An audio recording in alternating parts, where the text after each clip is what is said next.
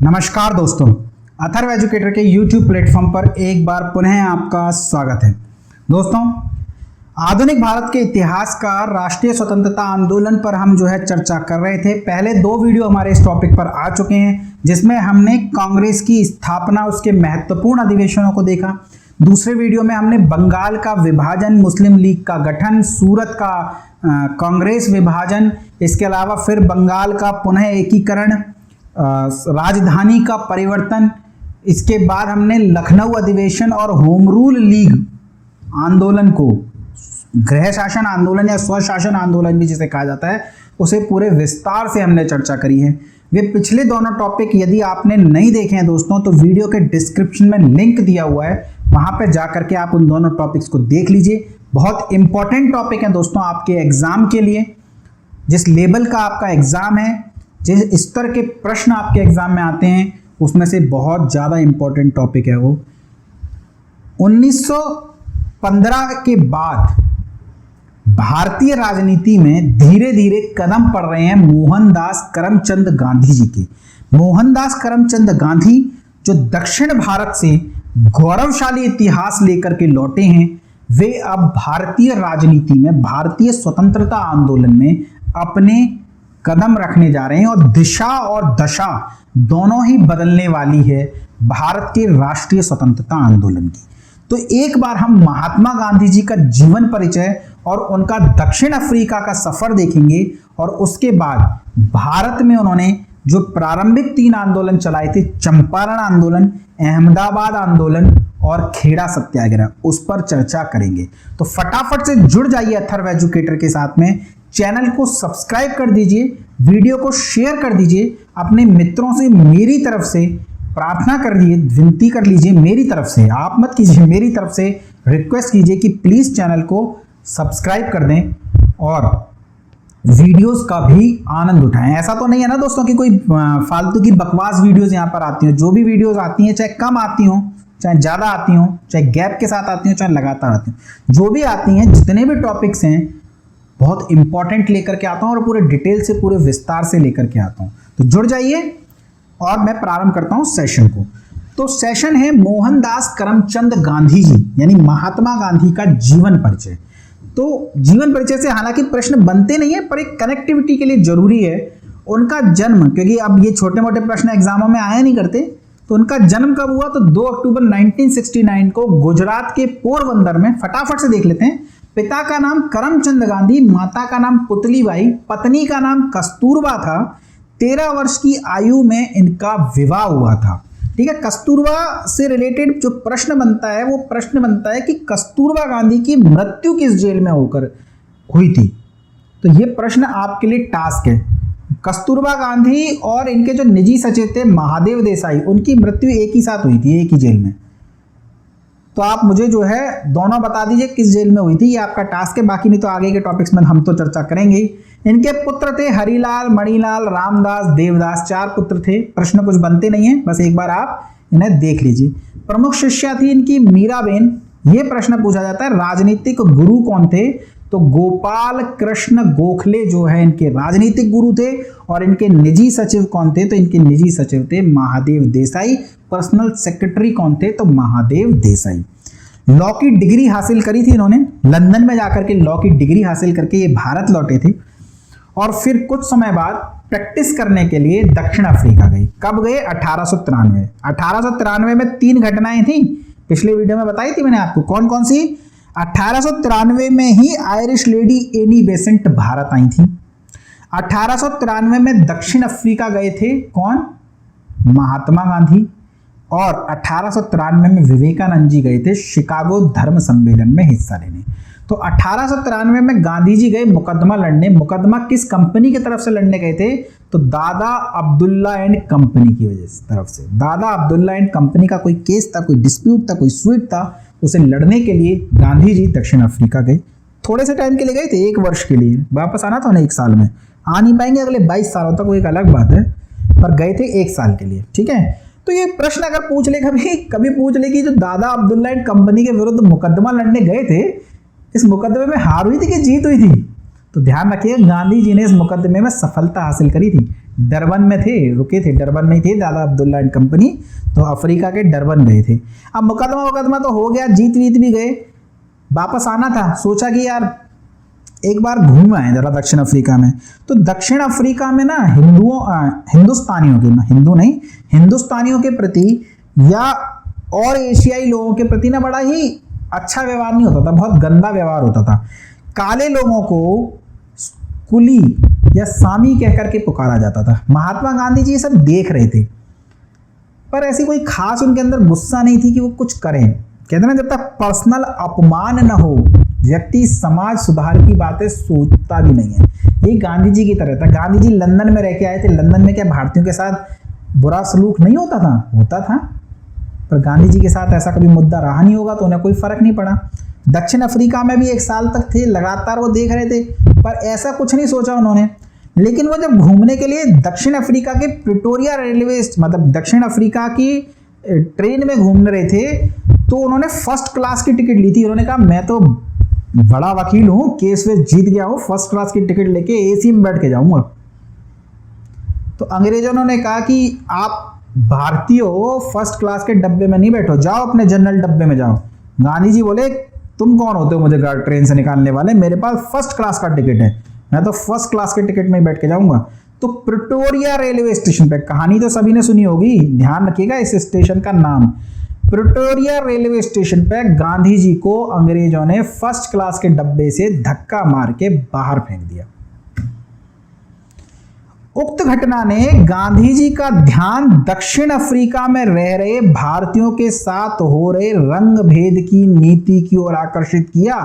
अब गांधी जी को एहसास हुआ कि भाई साहब ये जो आग है ये कभी भी अपना घर जला सकती है। हम भारतीय हैं और भारतीयों के साथ अच्छा व्यवहार नहीं होता, तो कभी ना कभी तो हम भी इस दुर्व्यवहार के लपेटे में आएंगे।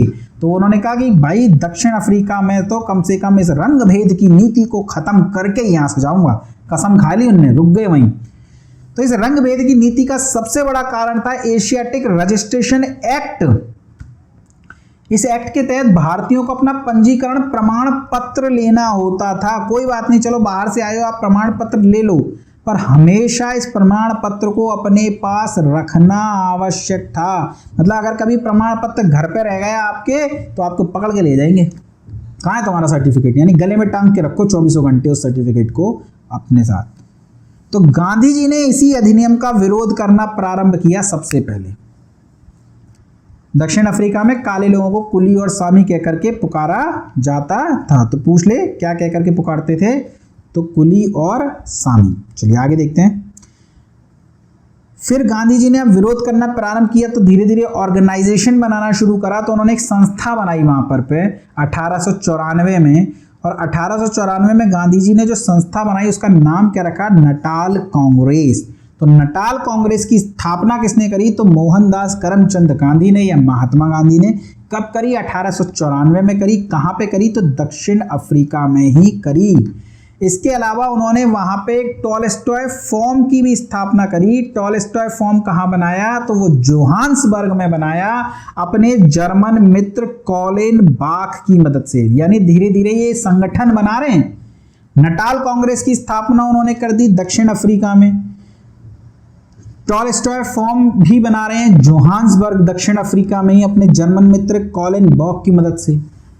1904 में दक्षिण अफ्रीका के डरबन में एक फीनिक्स फॉर्म भी बना रहे हैं। यानी कि Tolstoy farm, Natal Congress, Phoenix farm, इन सब की स्थापना किसने करी है? महात्मा गांधी ने। और महात्मा गांधी ने एक अखबार निकालना प्रारंभ करा दक्षिण अफ्रीका से, इंडियन ओपिनियन। कई अखबार निकाले हैं गांधी जी ने टोटल। एक इंडियन ओपिनियन, एक यंग इंडिया। यंग इंडिया पढ़ा है ना, लाला लाजपत राय ने सेफ्टी वॉल्व सिद्धांत, उसी में तो दिया था, चर्चा करी थी हमने। तो इंडियन ओपिनियन, यंग इंडिया, हरिजन, ये 3 समाचार पत्र हैं जो गांधी जी ने निकाले, जिसमें से इंडियन ओपिनियन उन्होंने कहां से निकाला? दक्षिण अफ्रीका से। ऑर्गेनाइजेशन कौन कौन से बनाए दक्षिण अफ्रीका में? तो नटाल कांग्रेस, टॉलस्टॉय फॉर्म और फीनिक्स फॉर्म। 1914 तक संघर्ष चलता रहा। गांधी जी का धीरे धीरे संघर्षों में विजय मिलती गई, एक एक करके कानूनों को रद्द करवाते चले गए। यानी रजिस्ट्रेशन एक्ट तो शुरुआत थी, उसके बाद अलग अलग कानून के प्रति वे संघर्ष करते चले गए, कानूनों को रद्द करवाते चले गए और 1914 तक आते आते अधिकांश रंग भेद कानूनों को उन्होंने रद्द करवा दिया। अब बोर हो गए दक्षिण अफ्रीका में। गांधी जी ने सोचा कि अब ज्यादातर जो काम मेरा था वो मैंने कर लिया, रंग भेद कानून थे उन्हें मैंने रद्द करवा दिया, अब थोड़ा भारत की तरफ लौटा जाए, अपने देश पहुंचा जाए। यानी जब गांधी जी भारत आए थे तो केवल 1 वर्ष के लिए आए थे और लगभग 22 वर्षों तक गांधी जी दक्षिण अफ्रीका में रहे। ठीक है, और दक्षिण अफ्रीका में ही रहते हुए गांधी जी ने एक पुस्तक की रचना भी करी है और उस पुस्तक का नाम क्या है? हिंद स्वराज। गांधी जी ने कई पुस्तक लिखी हैं, जैसे कि सत्य के साथ मेरी खोज, अनासक्ति योग, सुनो विद्यार्थियों, हिंद स्वराज। तो इसमें से जो हिंद स्वराज नाम की पुस्तक है वो गांधी जी ने 1909 में लिखी है। यानी कि कहाँ लिखी है? तो दक्षिण अफ्रीका में। पुस्तक किसकी है और कहाँ लिखी गई ये बड़ी इंपॉर्टेंट है दोस्तों। जैसे कि जवाहरलाल नेहरू ने किस जेल में रहकर के अपनी पुस्तक द डिस्कवरी ऑफ इंडिया लिखी है, तो आप बताइएगा, मैं भारत छोड़ो आंदोलन के समय बता दूंगा। चलो मैं आपको ऑप्शन दे देता हूं, अहमदनगर जेल, यरवदा जेल, आगा खां या उपरोक्त में से कोई नहीं। आगा खां पैलेस। तो मांडले जेल में रहकर के जैसे गीता रहस्य लिखी है बाल गंगाधर तिलक ने, वैसे ही हिंद स्वराज नाम की जो पुस्तक है वो महात्मा गांधी जी ने दक्षिण भारत में लिखी है। अब 1 वर्ष के लिए गए थे दक्षिण अफ्रीका, 22 वर्ष तक दक्षिण अफ्रीका में रहने के बाद उन्हें भारत की याद आई तो भारत की तरफ लौटे। तो कब भारत आए? तो 9 जनवरी 1915 को गांधी जी भारत में वापस आए और मुंबई के अपोलो बंदरगाह पर उतरे। हर साल जनवरी में एक उमंग के साथ कि इस साल मैं सरकारी नौकरी ले लूंगा, करंट अफेयर पढ़ना शुरू करते हो ना आप, और थोड़े ही दिनों में करंट अफेयर में 9 जनवरी को आप पढ़ते हैं प्रवासी दिवस कब मनाया जाता है? तो 9 जनवरी को मनाया जाता है। क्यों मनाया जाता है? क्योंकि उस दिन महात्मा गांधी 22 वर्षों बाद दक्षिण अफ्रीका से भारत लौटे थे। तो ये वही 9 जनवरी है। 9 जनवरी को प्रवासी दिवस इसीलिए मनाते हैं क्योंकि महात्मा गांधी मुंबई के अपोलो बंदरगाह पर सन 1915 में 9 जनवरी 1915 को लौटे थे। 7 से 9 जनवरी तक मनाया जाता है, पर प्रवासी दिवस किसे कहते हैं? तो 9 जनवरी को ही कहते हैं। अच्छा, गांधी जी जब भारत आए ना तो ऐसा नहीं है कि अंग्रेजों से भिड़ गए। भारत पहुंचे तो एक गौरवशाली इतिहास लेकर के आए थे। तो लोग अक्सर उनसे कहते थे कि कुछ करो भारतीय आजादी के लिए। तो गांधी जी ना बड़े सिद्धांतवादी व्यक्ति थे। वो कहते थे अभी प्रथम विश्व युद्ध चल रहा है, दुश्मन युद्ध में लगा हुआ है, तो दुश्मन कहीं और बिजी है, उस पर क्या आक्रमण करना, अभी तो आप दुश्मन की मदद करो और जब वो फ्री हो जाएगा ना तब हम लड़ेंगे। ऐसी इनकी फिलॉसफी थी। तो उन्होंने भारतीयों को सेना में शामिल होने के लिए प्रोत्साहित किया। इस वजह से कुछ लोग गांधी जी को सेना में भर्ती करने वाला सार्जेंट या एजेंट भी कहते थे। ये चल क्या रहा है, ये क्या लड़ेंगे, स्वतंत्रता आंदोलन की तरह लिए भारत के लिए, ये तो खुद सेना में भर्ती करने वाला एक एजेंट या एक सार्जेंट है। तो प्रथम विश्व युद्ध के समय वो लोगों से कह रहे थे कि अभी आप जाइए और सेना में भर्ती होइए, अपने कर्तव्यों का पालन कीजिए और देश की रक्षा कीजिए। तो उन्होंने कहा कि घुमा फिरा के बात यही है, देश की रक्षा थोड़ी हो रही है, ब्रिटिश साम्राज्य की रक्षा हो रही है, भारत का तो कोई दुश्मन ही नहीं है, दुश्मन तो अंग्रेजों का है। तो सेना में भर्ती होने वाला सार्जेंट का अंग्रेज तो बड़े खुश हुए कि चलो ठीक है, हमारा साथ दे रहा है ये व्यक्ति, तो इसको जो है हम कैसरे हिंद की उपाधि दे देते हैं। तो अंग्रेजों को कैसरे हिंद की उपाधि दी। ये उपाधि बहुत बड़ी थी दोस्तों, ब्रिटेन की महारानी को दी थी ये उपाधि कैसरे हिंद, और यही कैसरे हिंद की उपाधि महात्मा गांधी को भी दी गई।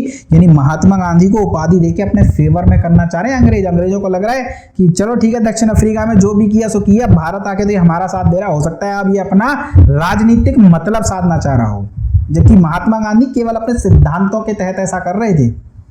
पर जो भी है, उन्हें 1915 में कैसरे हिंद की उपाधि दी गई ब्रिटिश सरकार के द्वारा।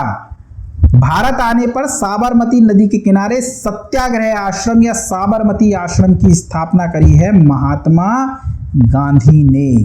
अब महात्मा गांधी भारत पहुंचे, भारत में वो गोपाल कृष्ण गोखले को बहुत मानते थे, राजनीतिक गुरु कहा जाता है उन्हें गोपाल कृष्ण गोखले को। तो उन्होंने गोपाल कृष्ण गोखले जी से पूछा कि अब बताओ मैं क्या करूं भारत में। तो उन्होंने कहा तुम भारत को जानते ही कितना हो, पैदा हुए थे, बचपन बिताया तुमने, थोड़े समय बाद तुम चले गए लंदन, तुमने लंदन में जाके पढ़ाई करी, फिर तुम आए, तुम चले गए दक्षिण अफ्रीका, 22 साल तुमने दक्षिण अफ्रीका में गुजार दिए। तुम भारत के लिए क्या करोगे, तुम भारत को जानते तो हो नहीं, जाओ पहले भारत को जानो। तो कहते हैं लगभग 1 वर्षों तक लोकल ट्रेन से भारत को भ्रमण किया है महात्मा गांधी जी ने, भारत को जाना है, भारत को पहचाना है। ये सभी बातें उनकी सत्य के साथ मेरे प्रयोग लिखो पढ़ोगे ना तो उसमें पूरी डिटेल, मैं इस स्टेशन पर उतरा, यहाँ ये देखा वो देखा, सब बहुत डिटेल में लिखा हुआ है। तो उन्होंने 1 वर्षों तक भारत को जाना और उसके बाद उन्होंने भारतीय राजनीति में स्वतंत्रता आंदोलन में उतरने के फैसला लिया। तो पहला जो सत्याग्रह उन्होंने किया ना दोस्तों वो चंपारण सत्याग्रह था। पहला ही सत्याग्रह और सफल सत्याग्रह उन्होंने चंपारण में किया। चंपारण जो है वो कहाँ पड़ता है, तो पड़ता है बिहार में। तो क्या था चंपारण में दोस्तों, तो चंपारण में एक पद्धति थी जिसे हम तिनकठिया पद्धति कहते हैं। ये तिनकठिया पद्धति क्या थी दोस्तों, तो इस तिनकठिया पद्धति के अनुसार चंपारण के किसानों को अपनी जमीन के 3/20 भूभाग पर नील की खेती करना अनिवार्य था। भारत में एक विद्रोह हुआ है पूरा का पूरा नील विद्रोह, वो सब इस नील की खेती से जुड़ा है। ये नील की खेती अंग्रेजों को फायदा देती थी। उन्होंने एक नियम बना दिया कि 3/20 भूभाग पे आप नील की खेती करोगे क्योंकि नील की हमें आवश्यकता है। अच्छा चलो ठीक है, किसान कर रहे थे भाई, चलो नील बिक तो रहा है, हालांकि नील उनकी जमीन को अनुर्वरक कर रहा था, अनुपजाऊ कर रहा था, अनफर्टाइल कर रहा था, पर ठीक है बिक तो रहा है नील, पैसा तो मिल रहा है, किसान फिर भी ठीक थे, चलो करनी पड़ रही है पर पैसा तो मिल रहा है। पर हुआ क्या, जर्मनी में रासायनिक रंग की खोज हो गई जिसे हम डाई के नाम से जानते हैं।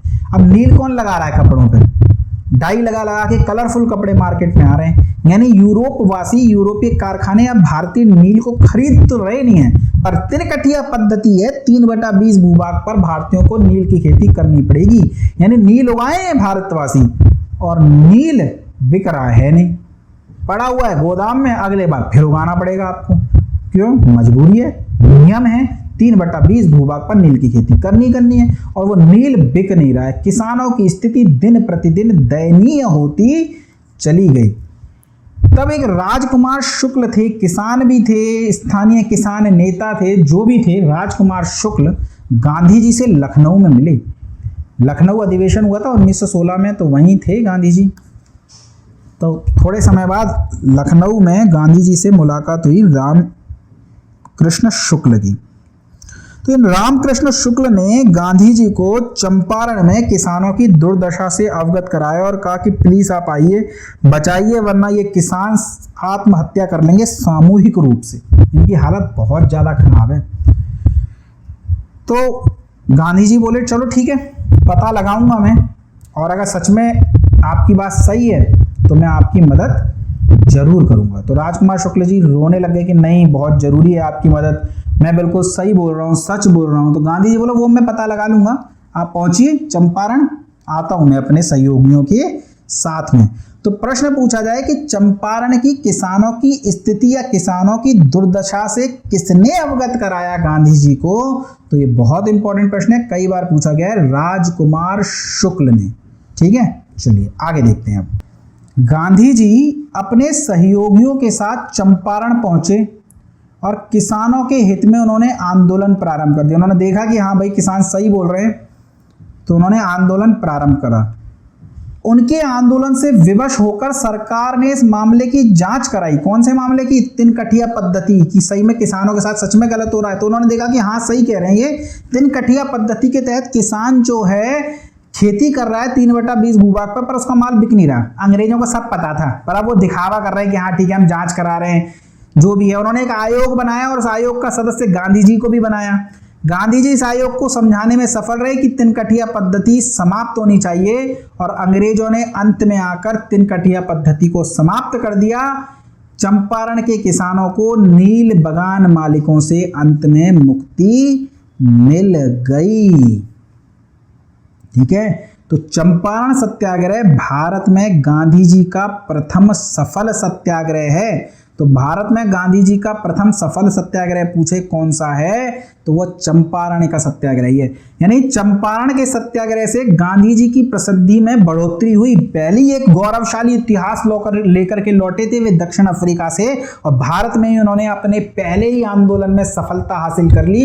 रविंद्रनाथ टैगोर ने तो इस सफलता से गदगद होकर के उन्हें महात्मा की उपाधि प्रदान कर दी। तो रविंद्रनाथ टैगोर के द्वारा गांधी जी को महात्मा की उपाधि दी गई। ऐसे प्रश्न बनते हैं, गांधी जी को महात्मा किसने कहा, बापू किसने कहा, अर्धनंगा फकीर किसने कहा, राष्ट्रपिता किसने कहा, सब प्रश्नों पर हम जो है चर्चा करेंगे। तो ध्यान रखिएगा, रविंद्रनाथ टैगोर ने गांधी जी को महात्मा कहकर के पुकारा। महात्मा जो है, अब गांधी जी महात्मा गांधी बन गए। तो गांधी जी महात्मा गांधी कब बने हैं, तो चंपारण सत्याग्रह के उपरांत ही बने हैं। चंपारण सत्याग्रह में गांधी जी के कुछ सहयोगियों का नाम पूछा जाता है आपसे, तो ध्यान रखिएगा, ब्रज किशोर, राजेंद्र प्रसाद, महादेव देसाई, नरहरि पारिख और जेबी कृपलानी। जबकि एक विरोधी पूछा जाता है एनजी रंगा। देखिए मैंने से ऐसे याद किया था, डाई का काम चल रहा है, नील के बारे में बात हो रही है, तो नील से कपड़े रंगे जाते हैं, तो रंग अगर नील बंद हो गई तो रंगने का काम बंद हो जाएगा। इस वजह से रंगने वाले व्यक्ति यानी रंगा ने इसका विरोध किया। तो एनजी रंगा ने गांधी जी के चंपारण सत्याग्रह का विरोध किया था। तो निम्न में से कौन सहयोगी नहीं था, ऐसे करके प्रश्न बना देगा, ब्रज किशोर, महादेव देसाई, नरहरि पारिख और चौथा ऑप्शन दे देगा एनजी रंगा। तो एनजी रंगा समर्थक नहीं थे, बल्कि चंपारण सत्याग्रह में गांधी जी के विरोधी थे। गांधी जी का भारत में दूसरा आंदोलन था अहमदाबाद मिल आंदोलन। देखिए दूसरा आंदोलन है, पर यह पहला आंदोलन है जिसमें गांधी जी ने भूख हड़ताल करी है। तो भारत में जो प्रथम भूख हड़ताल है वो इसी अहमदाबाद मजदूर आंदोलन के दौरान की गई है। तो ध्यान रखेंगे ये बात आप, ठीक है। चलिए आगे देखते हैं। यह आंदोलन मिल मालिक और मजदूरों के बीच प्लेग बोनस को लेकर हुआ। देखिए क्या हुआ था, पहला वाला किसान आंदोलन था, ये मजदूर आंदोलन है। मजदूर फैक्ट्रियों में काम करते थे, मिलों में काम करते थे, और उस दौरान प्लेग की बीमारी फैली तो मजदूरों की हालत बहुत खराब हो गई। तो प्लेग मालिकों ने उन्हें 50% बोनस दिया। उस समय के साथ वो प्लेग समाप्त हो गया, लेकिन मजदूरों की हालत जो है बहुत ज़्यादा डाउन हो गई थी। आपने जैसे कोरोना महामारी में देखा कि लॉकडाउन लग गया तो लोगों के पास रोजगार नहीं रहा, बिजनेस नहीं रहा। लॉकडाउन खुल गया लेकिन बहुत लोगों का रोजगार दोबारा शुरू ही नहीं हो पाया। तो यही हाल था उन मजदूरों का भी, उनके घर परिवार नष्ट हो गए। प्लेग के बोनस को भी बंद कर दिया मिल मालिकों ने, ये कहकर कि अब तो प्लेग है ही नहीं तो हम बोनस क्यों दें। तो मजदूर कह रहे हैं कि प्लीज हमें वो बोनस दीजिए, हमारी स्थिति बहुत खराब है। यानी मिल मालिक इस बोनस को समाप्त करना चाहते हैं, जबकि मिल मजदूर इसे बरकरार रखना चाहते हैं। गांधी जी को बुलाया गया बीच में कि प्लीज हमारी मदद करो। गांधी जी आए, गांधी जी ने मिल मालिकों की बात सुनी, मजदूरों की बात सुनी, मिल मालिकों से कहा कि भाई तुम 50% बोनस देते थे प्लेग के समय में, अब 50 मत दो पर 35% तो दे दो कम से कम, ताकि ये पुनर्वास कर सकें, अपनी स्थिति को सही कर सकें। कुछ समय बाद जब इनकी स्थिति में सुधार आ जाए तब आप बंद कर देना ये बोनस, अचानक से क्यों बंद कर रहे हो। तो गांधी जी ने ऐसा मध्य मार्ग निकाला। अब मिल मालिकों ने सोचा यार ये व्यक्ति जहां भी आ जाता है ना वहां पत्ते पलट जाते हैं, कुछ समय बाद ना ये 50% बोनस दिलवा देगा। ऐसा करो शुरू में ही ना इसके इस बात को दबा दो। तो उन्होंने कहा ठीक है हम बोनस देंगे, पर 50% नहीं देंगे, हम 20% बोनस देंगे। और उन्होंने ये भी कहा कि अब इसे आप स्वीकार कर लो, या जो इसे स्वीकार नहीं करेगा उसे हम नौकरी से निकाल देंगे। यानी अब वो डरा रहे हैं मिल मजदूरों को कि भाई मिल मजदूर अपनी नौकरी पर खतरा देखेंगे तो आ जाएंगे फैक्ट्री में और गांधी फेल हो जाएंगे। पर गांधी जी इस बात से क्षुब्ध हो गए और वे मजदूरों को साथ भूख हड़ताल पर चले गए। तो गांधी जी ने पहली भूख हड़ताल किस आंदोलन के तहत करी, तो अहमदाबाद मजदूर आंदोलन के तहत करी। यानी 20% देना चाह रहे हैं मिल मिल मालिक, 50% मांग रहे थे मिल मजदूर, और गांधी जी ने कितना दिलवाया, 35%। यानी ये मामला बहुत ज्यादा बढ़ गया। न्यायाधिकरण यानी अदालत ने हस्तक्षेप करा और उसने भी कहा कि नहीं ठीक है, मजदूरों की बात सही है, कम से कम 35% बोनस तो आपको इन्हें देना ही पड़ेगा। इस प्रकार गांधी जी का दूसरा आंदोलन भी सफलतापूर्वक समाप्त हो गया। तो अहमदाबाद मिल मजदूर आंदोलन में गांधी जी की जो सहयोगी थी वो थी अनुसुईया बेन, और ये अनुसुईया बेन गांधी जी के एक सहयोगी अंबालाल साराभाई की बहन थी। तो अनुसुईया बेन। तो पहला आपने देखा चंपारण सत्याग्रह, दूसरा देखा अहमदाबाद में मजदूर आंदोलन, गांधी जी का तीसरा आंदोलन था खेड़ा सत्याग्रह। खेड़ा गुजरात में पड़ता है। खेड़ा में दोस्तों फसल बर्बाद हो गई, यानी फसल नष्ट हो गई, पर सरकार फिर भी टैक्स वसूल रही है, राजस्व वसूल रही है, माल गुजारी वसूल रही है। किसान कह रहे हैं कि हमारी फसल वेस्ट हो गई। अब जैसे आज के टाइम में आपकी अगर कोई कमाई नहीं है, आप कोई पैसा नहीं कमा रहे, तो क्या आप इनकम टैक्स भरोगे? नहीं भरोगे। जितनी कमाई उतना टैक्स। करोड़ कमाओगे तो उस पर टैक्स दोगे, नहीं है पैसा, नहीं कमा रहे, बेरोजगार हो तो टैक्स भी नहीं दो रहे हो, कम कमा रहे हो तो कम टैक्स दे रहे हो। लेकिन वहां क्या हो रहा है, फसल बर्बाद हो रही है पर टैक्स देना पड़ रहा है, राजस्व देना पड़ रहा है। तो किसान इस बात का विरोध कर रहे थे। Servant of India society, Rabindranath Tagore की एक सोसाइटी थी, उन्होंने एक संस्था बनाई थी सर्वेंट ऑफ इंडिया सोसाइटी।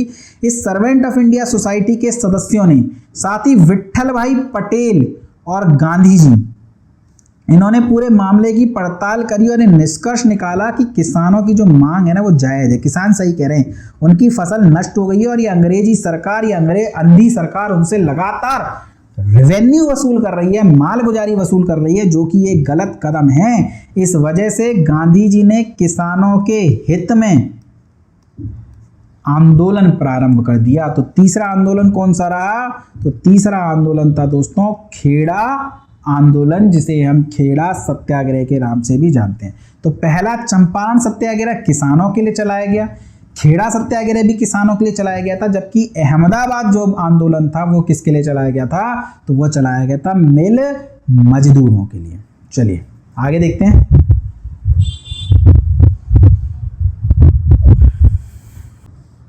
विवश होकर अंग्रेज सरकार द्वारा निर्देश जारी किया गया कि लगान केवल उन्हीं से वसूला जाए जो देने की स्थिति में, मतलब क्योंकि फसल बर्बाद हो चुकी है तो जो लोग संपन्न है, जो लगान दे सकते हैं उनसे लगान ले लो, पर जो लगान नहीं दे सकता उससे लगान मत लो। यानी जो किसान विरोध कर रहे हैं वो ना दें लगान, जो नहीं कर रहे वो देना चाहे तो दे दें। मतलब उन्होंने माफ तो नहीं किया, पर स्टेटमेंट इस तरीके से जारी कर दिया कि एक तरीके से माफ है, लगान केवल उन्हीं से वसूला जाए जो देने की स्थिति में। यानी गांधी जी का ये आंदोलन भी सफलतापूर्वक समाप्त घोषित हुआ। तो गांधी जी के प्रारंभिक 3 आंदोलन समाप्त। गांधी जी के खेड़ा सत्याग्रह में उनके सहयोगी कौन थे? तो इंदुलाल याग्निक, वल्लभ भाई पटेल और विट्ठल भाई पटेल। वल्लभ भाई पटेल का नाम बारडोली किसान आंदोलन से भी जुड़ा हुआ है, इसका नेतृत्व इन्होंने किया था, ये भी ध्यान रखेंगे आप। खेड़ा सत्याग्रह में गुजरात सभा ने भी महत्वपूर्ण भूमिका निभाई, और खेड़ा सत्याग्रह जिस वर्ष हुआ उस वर्ष गुजरात सभा के अध्यक्ष कौन थे? तो वो गांधी जी ही थे। तो ये तो थे दोस्तों गांधी जी के 3 प्रारंभिक आंदोलन। अब उनके पुस्तकों से और उनके समाचार पत्रों से रिलेटेड कुछ प्रश्न आते हैं, तो ध्यान रखिएगा उनकी पुस्तकें कौन कौन सी हैं। तो अनासक्ति योग, सुनो विद्यार्थियों, सप्त महाव्रत, हिंद स्वराज और सत्य के साथ मेरे प्रयोग, जिसमें से उन्होंने हिंद स्वराज दक्षिण अफ्रीका में रह करके लिखी है, हमने ये देखा। गांधी जी के द्वारा कुछ समाचार पत्र भी प्रकाशित किए गए हैं, जैसे कि Indian opinion, the green pamphlet, young India और हरिजन, जिसमें से इंडियन ओपिनियन जो है इन्होंने दक्षिण अफ्रीका से प्रकाशित किया था। कौन सा? Indian opinion. और हिंद स्वराज नाम की पुस्तक भी उन्होंने दक्षिण अफ्रीका में ही रह करके लिखी थी। कुछ उपनाम भी पूछे जाते हैं दोस्तों गांधी जी से संबंधित, जैसे कि महात्मा, तो हमने देखा महात्मा किसने कह करके पुकारा है गांधी जी को? तो रविंद्रनाथ टैगोर ने महात्मा कह करके पुकारा। बापू इन्हें किसने कह करके पुकारा है? तो बापू इन्हें जवाहरलाल नेहरू ने कह करके पुकारा। राष्ट्रपिता जब सिंगापुर में थे सुभाष चंद्र बोस जी आजाद हिंद फौज का नेतृत्व कर रहे थे, तो रेडियो से उन्होंने महात्मा गांधी जी को संबोधित करा था और उन्हें राष्ट्रपिता कह करके पुकारा था। तो राष्ट्रपिता किसने कहा है? तो सुभाष चंद्र बोस ने कहा है। उत्तर पश्चिम सीमा प्रांत के लोगों के द्वारा महात्मा गांधी को मलंग बाबा कह करके पुकारा गया है। तो महात्मा गांधी को मलंग बाबा किसने कहा है? तो उत्तर पश्चिम सीमा प्रांत के लोगों ने। अर्धनंगा फकीर महात्मा गांधी को किसने कहा है? तो फ्रैंक मॉरिस ने। देशद्रोही फकीर किसने कहा है? तो विंस्टन चर्चिल ने। और वन मैन बाउंड्री फोर्स कहकर के किसने पुकारा है? तो भारत के अंतिम अंग्रेज गवर्नर जनरल या वायसराय माउंट बेटन ने। तो इन सभी को आप ध्यान रखेंगे दोस्तों। महात्मा रविंद्रनाथ टैगोर ने कहकर के पुकारा है, बापू जवाहरलाल नेहरू ने, राष्ट्रपिता सुभाष चंद्र बोस ने, मलंग बाबा उत्तर पश्चिम सीमा प्रांत के लोगों ने, अर्धनंगा फकीर फ्रैंक मॉरिस ने, और देशद्रोही फकीर विंस्टन चर्चिल ने, और वन मैन बाउंड्री फोर्स ने कहकर के पुकारा है माउंट बेटन ने। तो दोस्तों ये था महात्मा गांधी से जुड़ा हुआ परिचय, महात्मा गांधी जी के दक्षिण अफ्रीका में कार्य, महात्मा गांधी जी के भारत में आरंभिक 3 आंदोलन और महात्मा गांधी जी के उपनाम। इसके बाद पूरा राष्ट्रीय आंदोलन महात्मा गांधी जी के इर्द गिर्द ही घूमेगा। 1947 की स्वतंत्रता प्राप्ति तक एक बार हम पूरा राष्ट्रीय आंदोलन समाप्त करेंगे, उसके बाद ही कोई और टॉपिक लेंगे दोस्तों, क्योंकि पूरा राष्ट्रीय आंदोलन एक ही टॉपिक है। टुकड़ों में पढ़ना पड़ेगा क्योंकि छोटा मोटा तो है नहीं, डिटेल से पढ़ना है। रीड तो कर नहीं रहा मैं सिर्फ आपके आगे, तो जो है एक जो है इस वजह से हमें, लेकिन हम क्योंकि टॉपिक एक ही है, ऐसा नहीं कर सकते कि हम कुछ और पढ़ लें फिर कुछ और पढ़ लें, एक साथ ही पढ़ेंगे हम। तो अगला जो वीडियो है मेरा वो भी स्वतंत्रता राष्ट्रीय आंदोलन पर ही होगा। मतलब जो भी अब आगे की घटनाक्रम है, जैसे कि रॉलेट एक्ट आएगा, असहयोग आंदोलन होगा, खिलाफत आंदोलन होगा, जो भी आगे का घटनाक्रम है उसे हम अपने अगले वीडियो में देखेंगे। तो जुड़े रहिए अथर्व एजुकेटर के साथ में। चैनल को सब्सक्राइब कर लीजिए यदि अभी तक सब्सक्राइब नहीं किया तो, और वीडियो को लाइक भी कर दीजिए दोस्तों। बहुत इंपॉर्टेंट वीडियो था, पूरी मेहनत से मैंने आपके लिए स्लाइड्स बनाई हैं। बहुत अच्छा मैं कोशिश कर रहा हूं कि इस स्वतंत्रता आंदोलन से कोई भी प्रश्न आपकी छूटे नहीं। पिछले 3 वीडियो में आपको ये बात तो समझ में आ ही गई होगी। तो चैनल को सब्सक्राइब कर दीजिए, वीडियो को लाइक कर दीजिए, अपने दोस्तों को भी इसे शेयर कर दीजिए, और बेल आइकॉन का बटन भी दबा दीजिए ताकि मेरे द्वारा डाली जाने वाली वीडियो का नोटिफिकेशन आपको समय रहते मिल सके। पढ़ते रहिए, मस्त रहिए, चैनल को शेयर सब्सक्राइब करते रहिए। धन्यवाद दोस्तों।